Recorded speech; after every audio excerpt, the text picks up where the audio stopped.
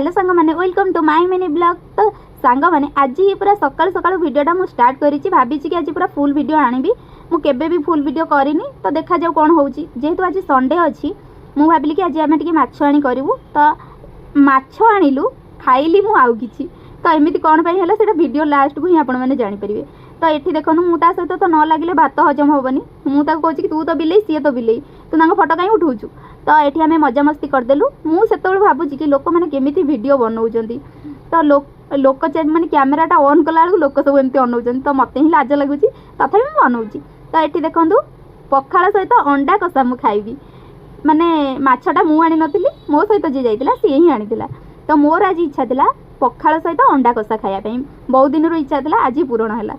तो सांग मैंने अंडा कषाटा सीरियसली बहुत टेस्टी होता।